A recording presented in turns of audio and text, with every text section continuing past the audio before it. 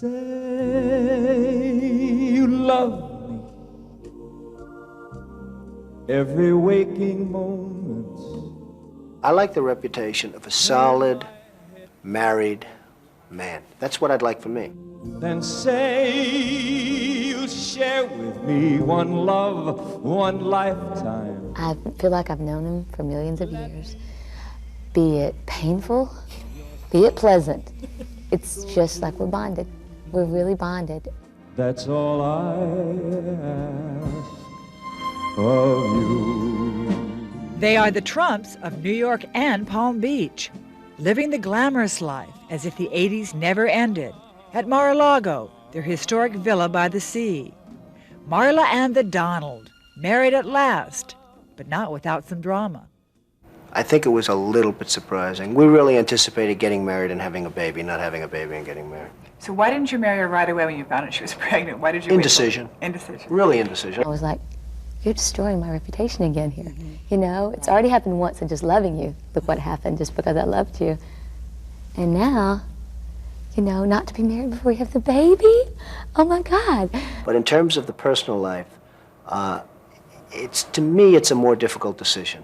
You know, it's in many respects a much bigger decision. Well, it's an irrevocable deal. Well, it really is. In theory, it's an irrevocable deal. And so Tiffany Ariana became a Trump 2 months before her mother signed on the dotted line. Not the marriage license, the prenuptial agreement. Everyone around Donald was like, you've got to get a prenuptial now. Donald knew how I felt about it, which was that, please don't talk to me about it. I've stuck by you through everything. Don't even offend me by, you know I love you. I hate the concept of a prenuptial agreement because it basically says, if and when you get divorced, this is what you're going to get. Right. And there's something very bad about that. But I think it's a modern day necessity. I didn't like the way the system works. Right. I mean, I really felt that it was very offensive to both of us. And he'd say, you know, you're right, but what am I supposed to do? Marla hates it, doesn't want to sign it. Ultimately, she has to sign it, just from my standpoint. She has to sign it. So I said, whatever you need for your bankers, for your associates, I'll sign that. Let's just not call it a prenuptial, and let's not put a dollar amount on what happens once we're divorced. Once we're divorced, right? I mean, that's the way you start thinking. In the end, they made a deal. Reports had her asking for $25 million, but he negotiated her down to a mere $1 million. It looks a little, Cheap? yeah, it looks cheap. Yeah. You mean the amount of money? Well, the amount of money, the Not fact so that you... bad. Somebody gets married and it doesn't work out, you get $1 million. I mean, you know. You shouldn't be able to pay a price and be able to walk away. You make a commitment between yourselves and God, and you should not be able to say, write a little check, see you later. It's a lousy thing. I hate the concept, but it's totally necessary. And I think $1 million is a lot of money. No, you don't. No, I don't, actually. But the fact is that $1 million for somebody coming into a marriage, if something didn't, and I'm not talking about anybody specifically, but it's a lot of money for somebody. The woman's been with you 6 years. She's been, as you said, incredibly loyal. You're finally going to get married. You have a child. Give her the $25 million. Well, I guess I look at everything like a deal. I mean, you know, it's just one of those things. Donald said to me, and I believe he believes this somewhere, that everything is a deal.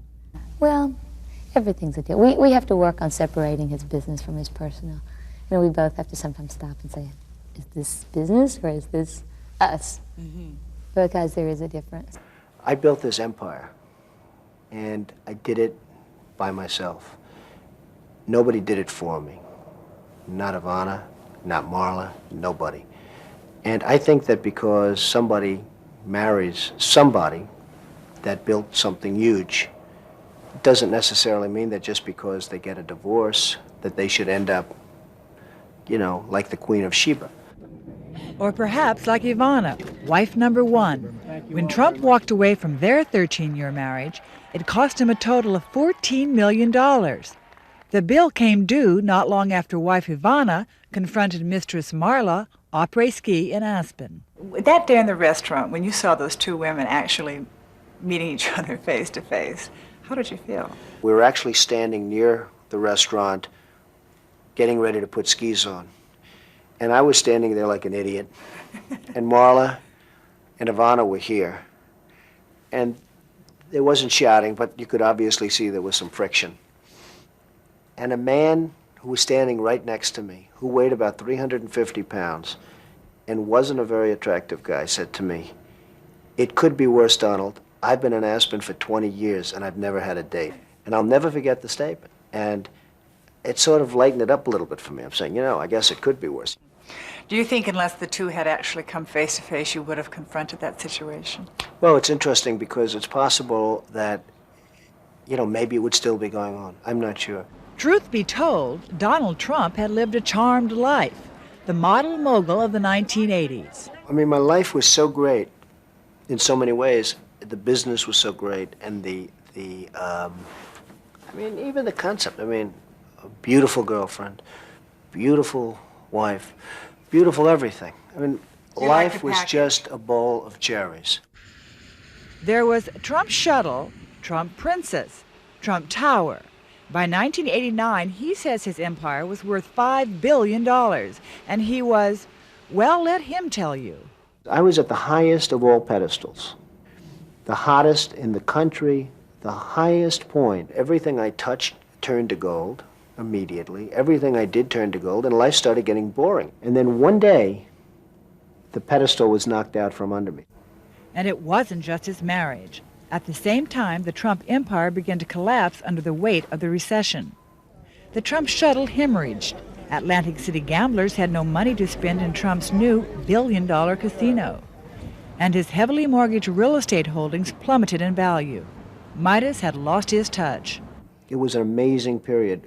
I, in many respects, I used to say to people, someday I'd like to be poor, just for a little while, just to see who's going to remain loyal to me. There were specifically 24 or 25 people that I have earmarked who were very disloyal, who shouldn't have been disloyal. And I think that's the thing that I learned more than anything else, Nancy, was loyalty. Because I'm like this great loyalty freak. I'm loyal to a point of the absurd. I stay with people. And it seems the man who could have been a contender may be one yet again.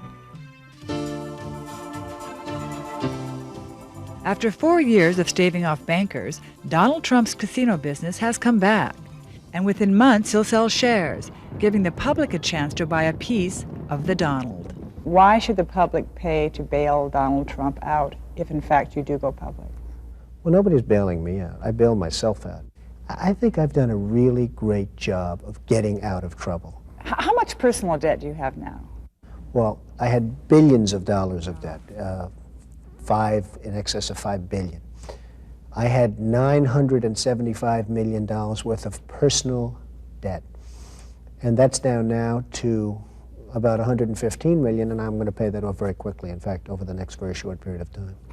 Do you think that Wall Street respects you? Yeah, I think Wall Street has a lot of respect. Call it what you like, they are certainly courting him. Hey, fellas, these two guys head up Merrill Lynch. And by the way, speaking about your last question, they came to Florida to kiss my ass to get the work for Merrill Lynch. You have no idea the pressure that's put on me by everybody in the country. Literally, I'm getting calls from everybody. Would I use this firm? Would I use that firm? Everybody. Wall Street has a lot of respect for Trump. I called a lot of analysts. They said we're receptive to Donald Trump because he usually ends up producing. Respect is another issue. And maybe he doesn't like the way I dress or something else, but he likes the way I make money. And, the analysts all like the way I make money.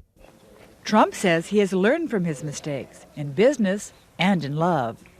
I think that putting a wife to work is a very dangerous thing. I mean, we'll do an educational program here, okay?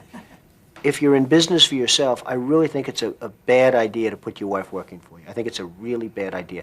I think that was the single greatest cause of what happened to my marriage with Ivana. The trouble started, he claims, after he suggested that Ivana run the Trump Castle Casino in Atlantic City. And you never thought of asking her to quit when you saw it wasn't working? Well, I'll give you an example. I didn't think of it that way. See, you tend not to think of it that way. Ivana would get angry at somebody over the telephone all of a sudden who was at the casino. And she'd start shouting.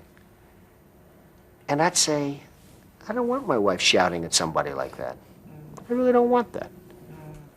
And a softness disappeared. There was a great softness to Ivana, and she still has that softness. But during this period of time, she became an executive, not a wife. Well, you now are married to a woman, and you who would like to continue her career. Marla says she does want to have a career. There's a difference between having a career and working for me. You have said you don't want Marla to work. You actually said No. that on the day of the wedding, actually. I think I'm probably mixed. I have days where I think it's great, and then I have days where if I come home and, you know, I don't want to sound too much like a chauvinist, but when I come home and dinner's not ready, I go through the roof, okay? You know what's interesting, Donald, is you take these women, these two particular women in your life, and you help them become very well known. And then when they want to act on that appeal, you seem to get upset about it. I create stars. I love creating stars. And to a certain extent, I've done that with Ivana. To a certain extent, I've done that with Marla. And I like that. Let me lead you from your solitude. I mean, I've really given a lot of women great opportunity. Unfortunately, after they're a star, the fun is over for me. It's like a creation process. It's almost like creating a building. It's pretty sad. Love me, that's all I ask of you.